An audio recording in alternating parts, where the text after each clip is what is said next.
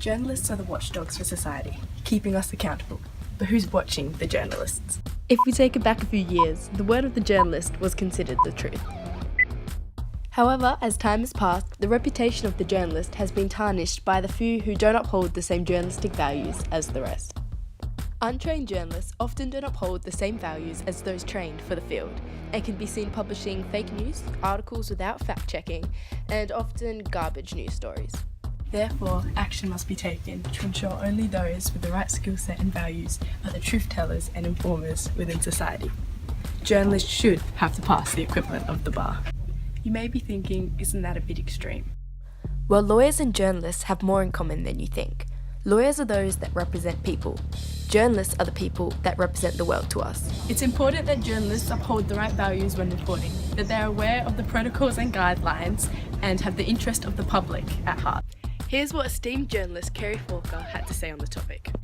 Should journalists have to pass the equivalent of the bar? I don't think that they necessarily should. I think the system as it is works quite well in that if you're a good journalist, you'll find work. So I think that there's quality control in the system anyway.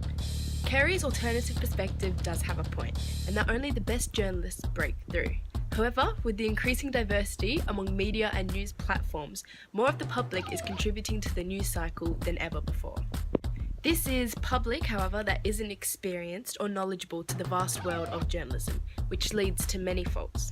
An examination or method of testing for all aspiring journalists would allow all within the field to have a consistent skill set and knowledge.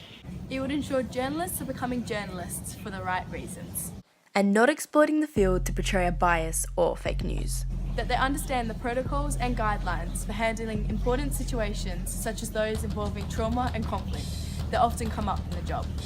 Pros of having the journalistic equivalent of the bar would validate journalists with recognition within the field. That they would have a professional license to practice journalism, and no one trusts a professional more than the public themselves. The bar would encourage more informed and educated journalists to the field, seeking to encourage more newsworthy articles to be pushed forward.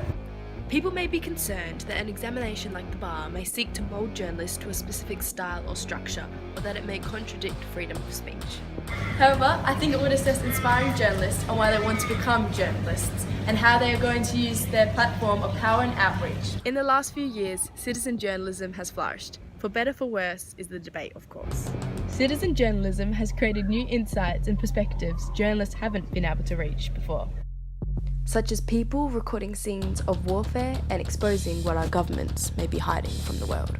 Unfortunately, citizen journalism does mean anyone with a smartphone can effectively become a journalist. Yes, that does mean your social media addicted 16-year-old cousin can publish news to the world. Now that's a scary thought.